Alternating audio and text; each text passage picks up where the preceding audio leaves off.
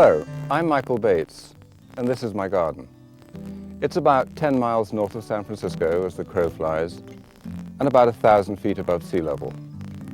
I make a point of where I live because knowing your climate and its vagaries, heat, cold, rainfall patterns, relative humidity, plays a big role in gardening. It tells you what you can expect to do well and what you can't from the myriad of plants available to you. It's been a lesson for me personally because, as you can probably tell, my horticultural teeth were cut in a country where it rains persistently throughout the summer. Here in California, on the other hand, hardly a drop falls between May and October. So before mailing off your order form for those gorgeous perennials you saw in that glossy catalogue, you may save yourself a lot of anguish and disappointment later on if you bone up on the climate in your area or consult with your local nursery. To make things a little easier, the US Department of Agriculture has established a plant hardiness zone map, which tells you the optimum temperature ranges for 10 different zones of the US. You'll frequently run across these zonal references in books and magazines, so it pays to know about the growing climate for your own zone. The next point, and this is one that many people have difficulty with, is the question of plant names. While some plants have common names, such as columbine and daylily, many don't. But all plants are known by a botanical name, and these are based on Latin. And believe me, some can be a mouthful. But don't be put off. You'll also discover that plants are invariably described by the use of two words. The first word describes the genus or group, such as campanula and salvia. The second word indicates the species. This will often be a word that describes the plant, such as officinalis, meaning medicinal, or sempervirens, meaning evergreen. Once you get the hang of botanical names, they can tell you a lot about the individual plants. The name may indicate the color, such as alba, meaning white, or rubens and ruba, meaning red. The name may indicate a characteristic of the plant, such as reptans, which means creeping, or the plant's leaf form, as in angustifolius, which means narrow or lance-shaped. The name can also tell you the plant's country of origin, as in chinensis from China, or borealis, meaning from the north. After a while, you'll become comfortable pronouncing them, and more importantly, learn to appreciate them for the information they provide.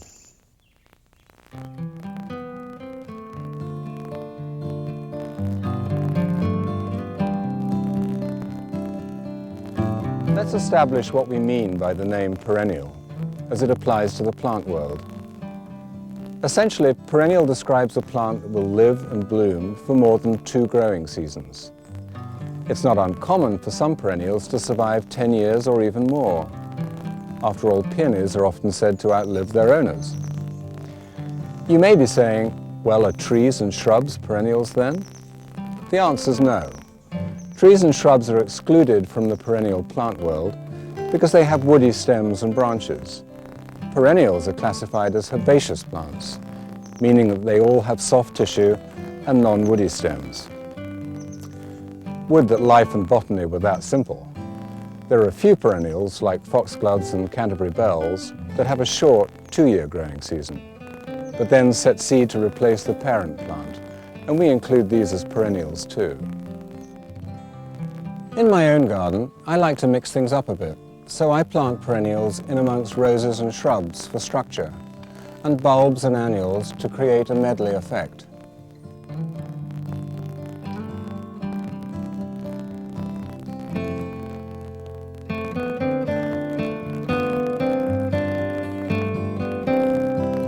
But let's take a look at some gardens where perennials have been skillfully and sometimes casually planted to create varying kinds of effects.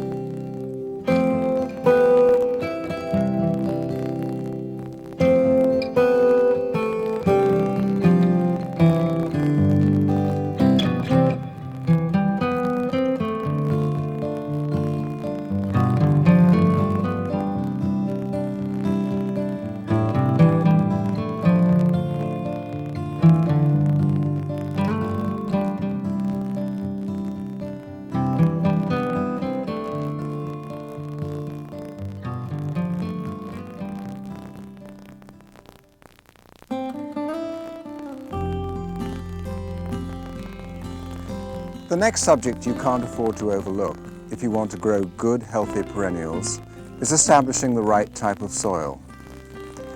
The best gardeners I know to give good advice in this department are Daria and Bruce Shanks over at Cottage Garden Growers near the town of Petaluma. Over the years, they've planted literally thousands of perennials, and there's not much they don't know about soil. Hello, I'm Daria Shanks. My husband Bruce and I own Cottage Garden Growers of Petaluma. At any given time during the growing season, we stock over 40,000 perennials.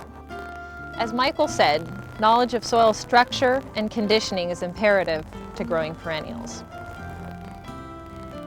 Soil is composed of 3 mineral elements: clay, which has the smallest mineral particles, hence the most dense; sand, which has much larger particles, allowing for more air, thus making it drain and warm up more quickly; and silt, which has mineral particles about half the size of fine sand.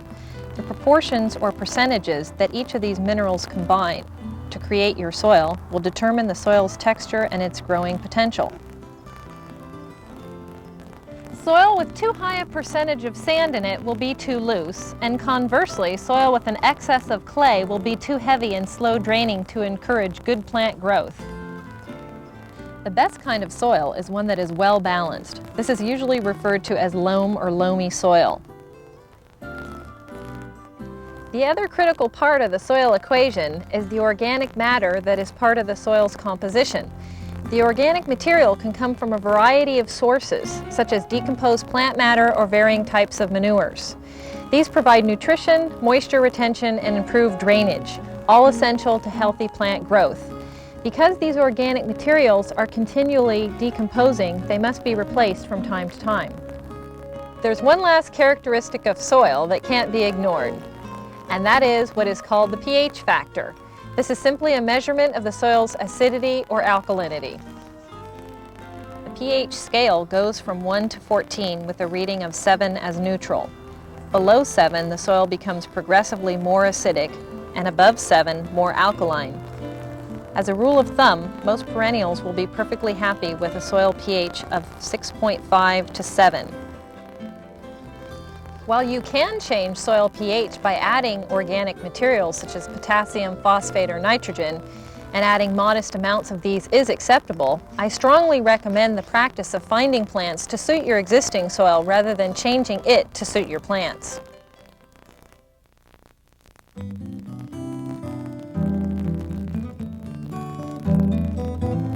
One of the most important considerations in growing perennials, and this is true of all plants really, is to know which of them require full sun to flourish and which will grow happily with less sunshine or even partial shade. Since one of the better ways of gardening with perennials is to plant them in groups of varying kinds, it's also critical to know not only the amount of sunlight that individual plants will require, but equally important to recognize the sunny and shady areas of your garden. For example, growing foxgloves, which need a shady spot, alongside salvias, most of which do best with full exposure to the sun, can't hope to bring out the best of both plants.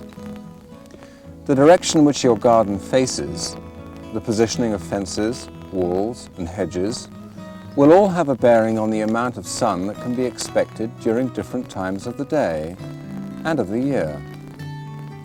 For example, a garden that faces east will get morning sun, which is not as warm as midday or afternoon sun. This graphic will help indicate the degrees of sun and shade exposure depending on your garden's orientation.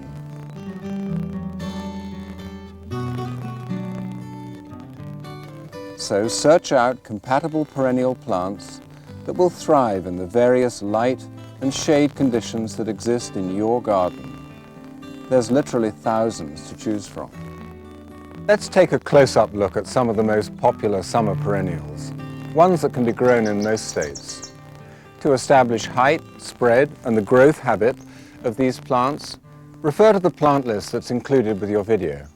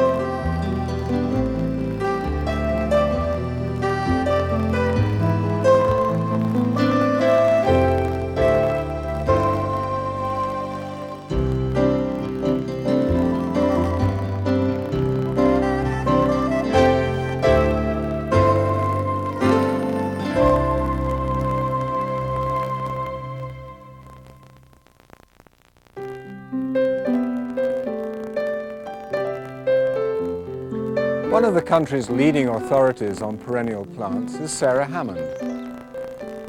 As luck would have it, Sarah lives and gardens about 25 miles from here, on a bluff overlooking the Pacific Ocean in the little town of Bolinas. Getting there is part of the fun because the route takes us through some of the prettiest countryside in Northern California.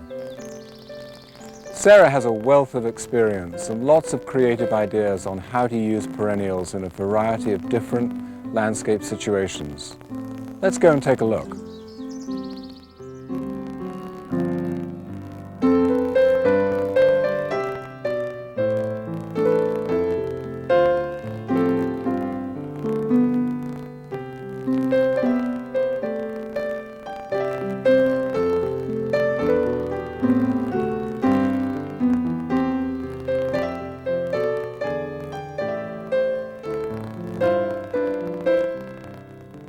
I'm Sarah Hammond. This is my garden. I've been gardening all my life. I started when I was a very small child. I've been enjoying perennials for the last 15 years, and to the point where now I garden probably 90% of the plants in my garden are perennials. I've been bringing them over from England slowly through the years, and I've been spending the last few years learning really how to grow them well, which I think is very important.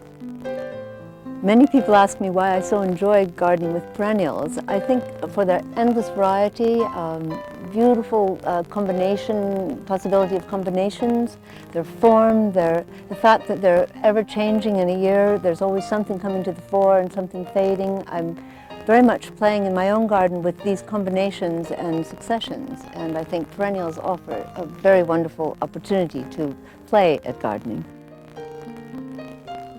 Michael has spoken a bit about the importance of light and shade. Another very important factor, of course, is the eventual size and shape of a plant.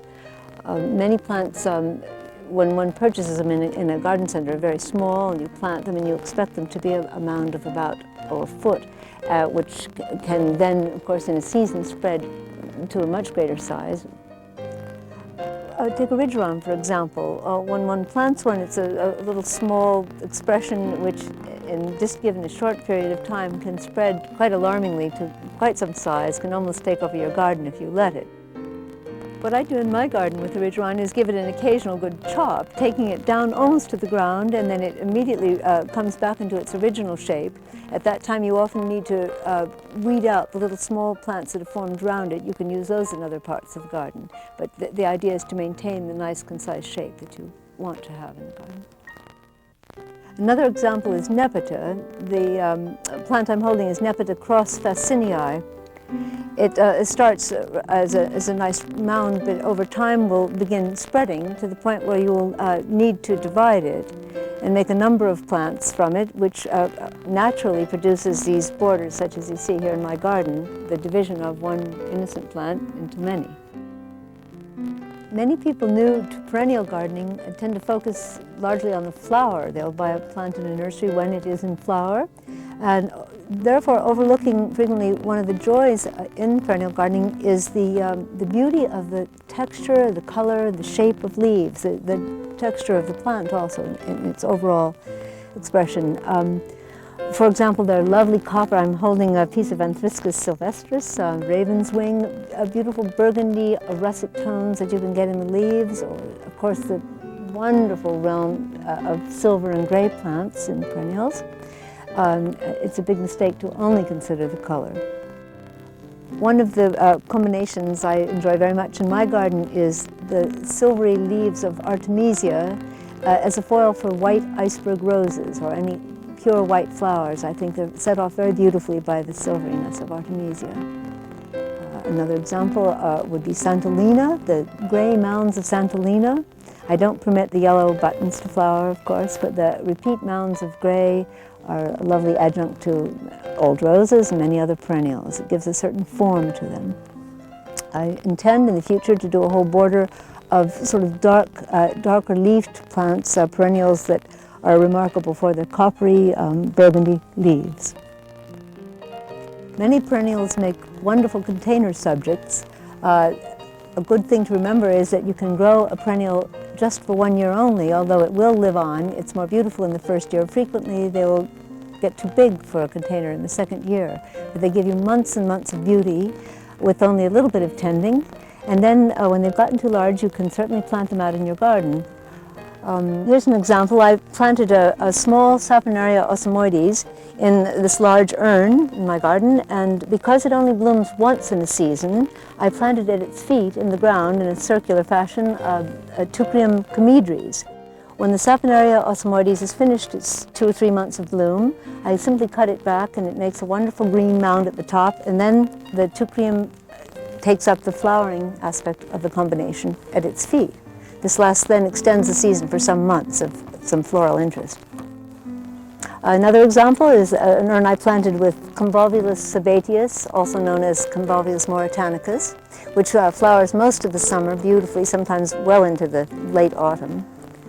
Then I've planted an urn, a stone urn with campanula, a low campanula, which soon filled the urn, and I've had a great abundance of being able to dig pieces of that out and put it in other planters. And here are some other examples of perennials grown in containers.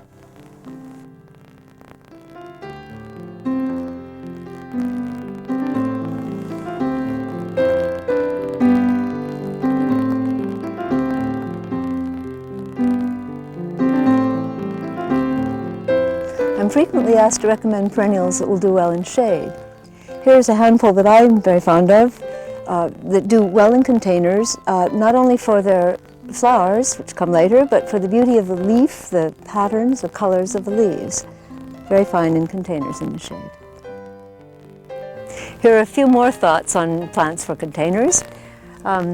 Heliotrope, very nice leaf texture with this Euphorbia cyparissius, which does have chartreuse flowers later in the summer, but even before it blooms, one can exploit the beauty of its foliage. Heuchera palus purple has wonderful contrast at the bottom of the leaves, does have a spray of flowers, but again is most beautiful for its leaves.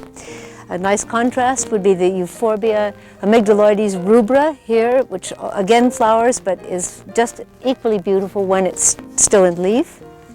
Very nice campanula for containers is this Pochorskiana type, which is rather slower growing than the others, and it's this one is called Blue Gown. Behind it is an entirely perennial foxglove, Digitalis mertenensis, which gives long beauty in a container. This is Corydalis flexuosa China Blue, which is somewhat contained by a container, of course, because it tends to ramble in the garden. It has very fragrant blue flowers for many months. And a very nice adjunct to others is this other plants in a container, if you choose to put several together, is the Glaucoma hederatia variegata, very nice in window boxes and containers like that. These are all shade-loving perennials in containers.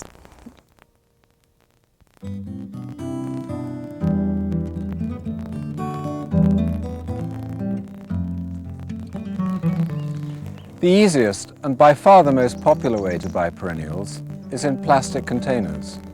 These vary in size from small 6-packs and 4-inch containers like these, up to 15-gallon containers for very large plants. The advantage of this method is that the plant comes with the roots already established, and the whole thing can go in the ground with a minimum of disturbance. Planting potted perennials is really quite simple, but there are steps to make the process easier and help get your plants off to a good start. Daria and Bruce will show you how they do it at Cottage Garden Growers. We're going to plant this 1-gallon penstemon, but the procedure is the same for any size container. Dig a hole to the same depth as the pot in which your plant is growing.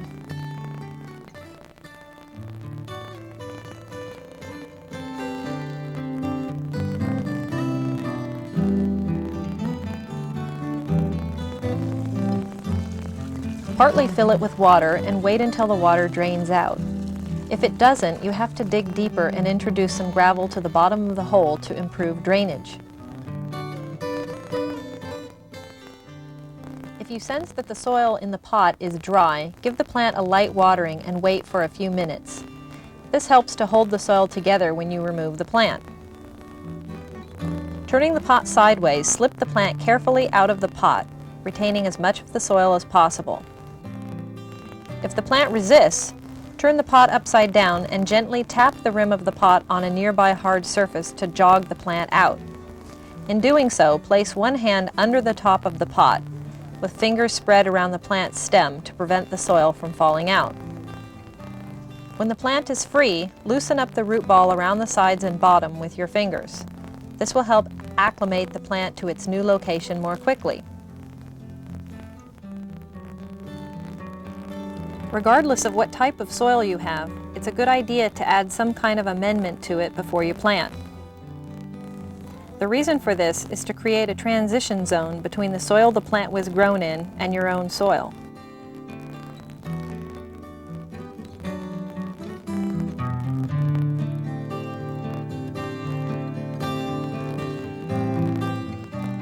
Place the plant in the hole so that the top of the container's soil is flush with the top of the soil in the bed. Then backfill around the plant, pressing down with your hands, not with your feet.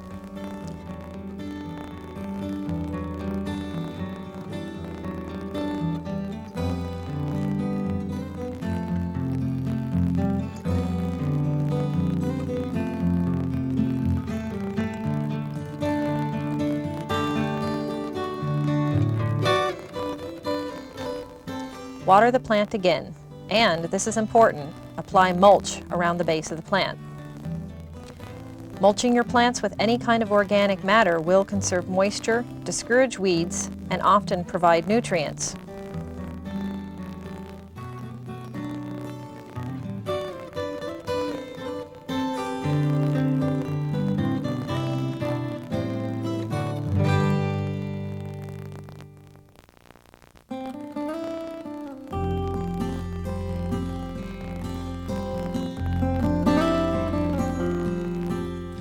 One of the real beauties of perennial plants is that new ones can be started by a process called propagation. This is both a simple and economical way to increase the stock of plants from your own garden by reproducing from those that you already have or from those of friends. It costs virtually nothing. Daria and Bruce will show you how they do it. There are three types of propagating techniques. The first one that I'd like to discuss is that of seed. There are many perennials that can be propagated quite easily from seed. The columbine, the Aqualegia, produces a nice big fat seed head, and ideally when it's ripe, it splits open and produces these nice shiny little black seeds. Another one that is quite readily available from seed, and that's of the viola. This is Viola labradorica, and it'll produce a nice big seed head. And if you split that open, you can see all the little tiny seeds in there.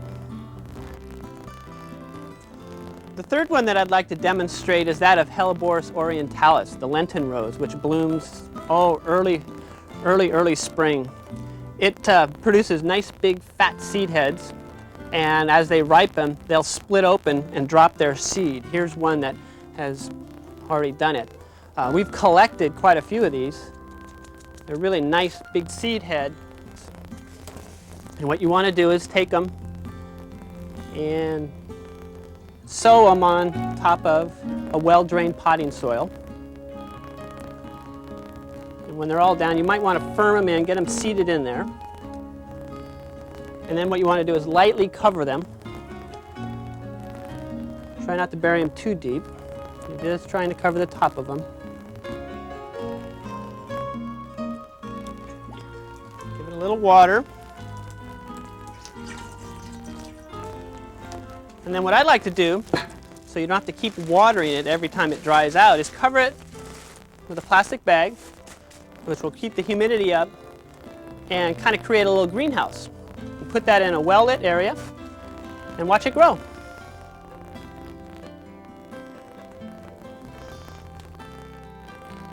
The second form of propagating that I'd like to discuss is that of taking cuttings.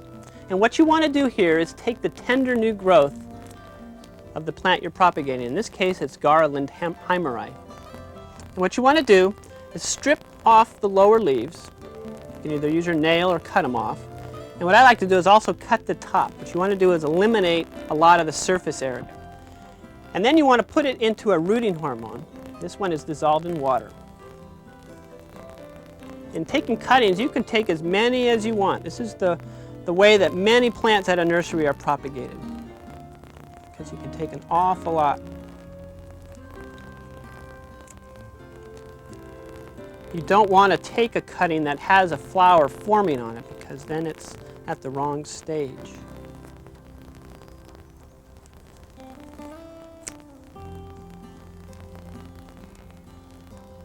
When you're done, you're going to want to stick them in. In this case, this is a vermiculite mix, which is a spongy, absorbing material that water soaks into. Using a pencil, poke the holes in.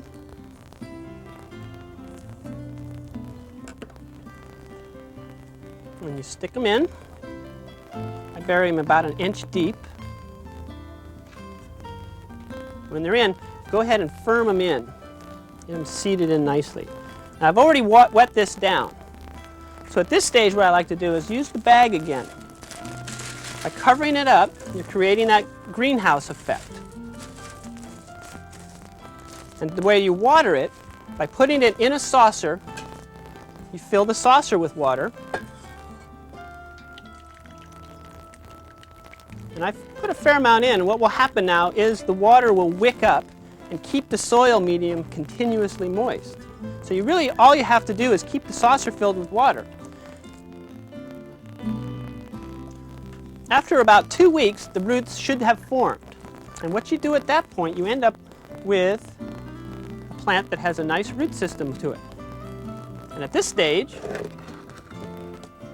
you get your pot with a nice potting soil in it.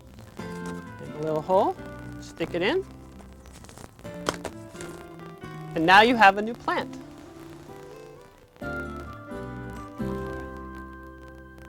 The third form of propagating is that of division, and it's probably the most satisfying.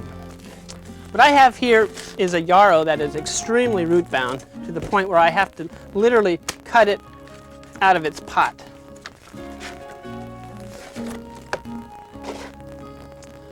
The first thing that you do when you want to divide is to cut, in this case, all of the foliage off. I like to say that to divide, you have to have the skill of a surgeon, but the mentality of a butcher.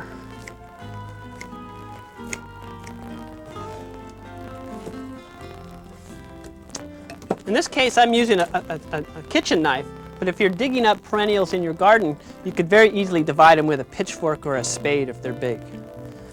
The first thing you do is you slice the bottom off. And what I'm going to do is I'm just going to quarter it. But if you wanted to, you could literally make numerous plants out of this one plant here.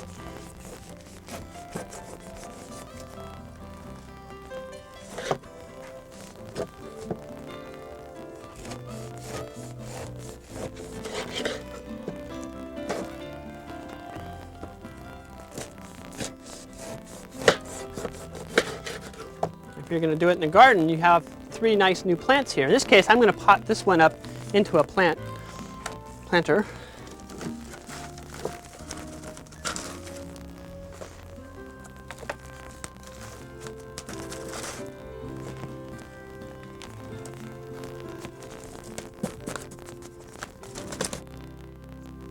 And there we have yet another new plant.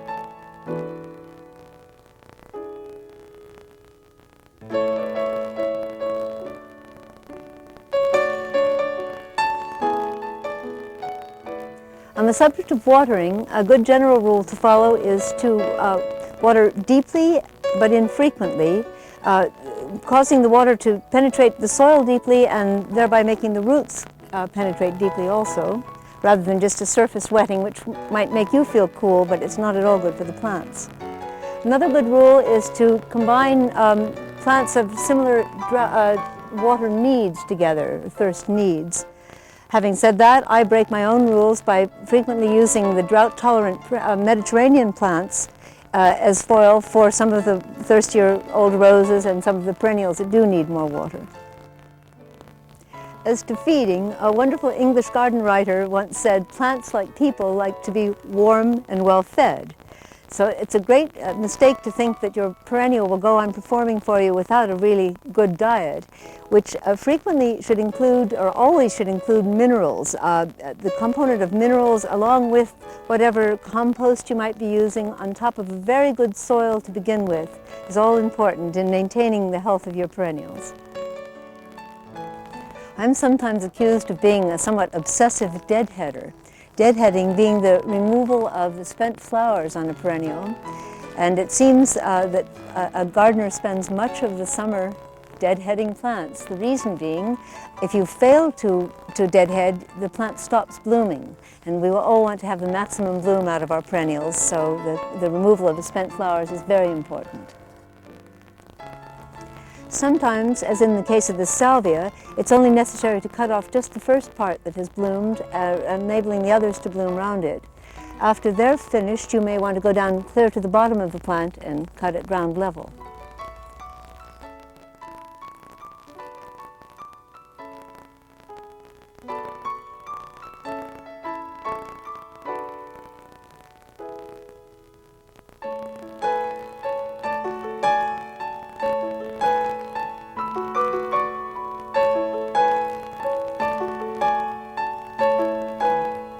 These are some of the perennials I enjoy midsummer in my garden.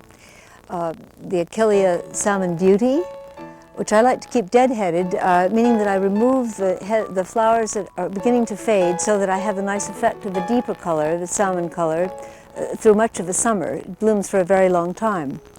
Here is the Lavandula Martha Broderick, wonderful full long-blooming lavender of the angustifolia type.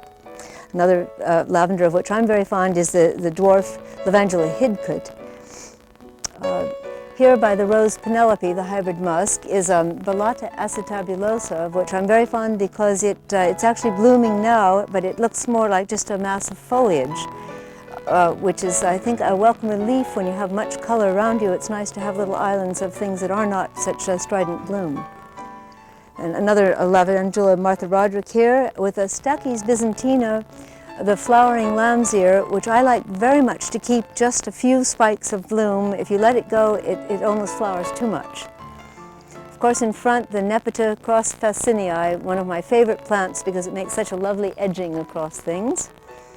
And interrupted there with a Geranium sanguineum, one of the cranesbills.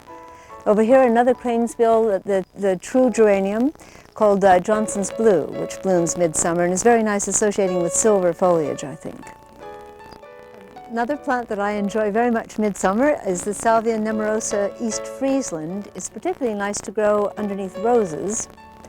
The mounding plants here are Convolvulus neorum, the bush morning glory with silvery foliage, and many mounds here that I have come to grow because I have quite a windy garden much of the year. I clip into tight mounds, partly Santolina camasiparissus and Santolina ericoides. I keep them clipped because I don't really like the bright yellow flowers very much, and at the same time, by clipping it frequently, I keep tight mounds that the wind just howls over. It doesn't really harm the garden. Over here I have Geranium sanguineum, a bit strident color, but I love it very much in relation to the purple smoke tree, which provides a nice foil, which I stool, a technique that's cutting a plant to the height of a stool and living with the fresh new foliage every year. This lavandula is called Goodwin Creek, long blooming lavender. Here I have a Portugal laurel. Though not a perennial, I like to include a dark green backdrop to show off many of the flowering plants in my garden, particularly nice when backlit, I think, the flowers with that dark green behind them. And in the foreground is a favorite hybrid musk rose of mine. I always grow amidst my perennials. It's called Felicia.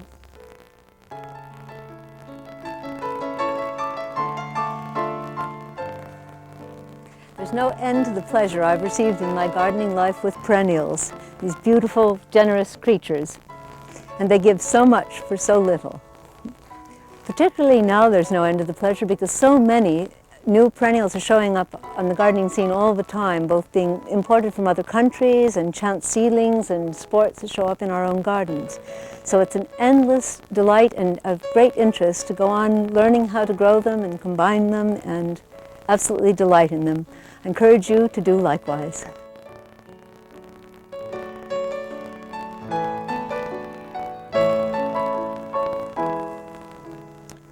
Gardening with perennials is a lot of fun and can be a very rewarding pastime.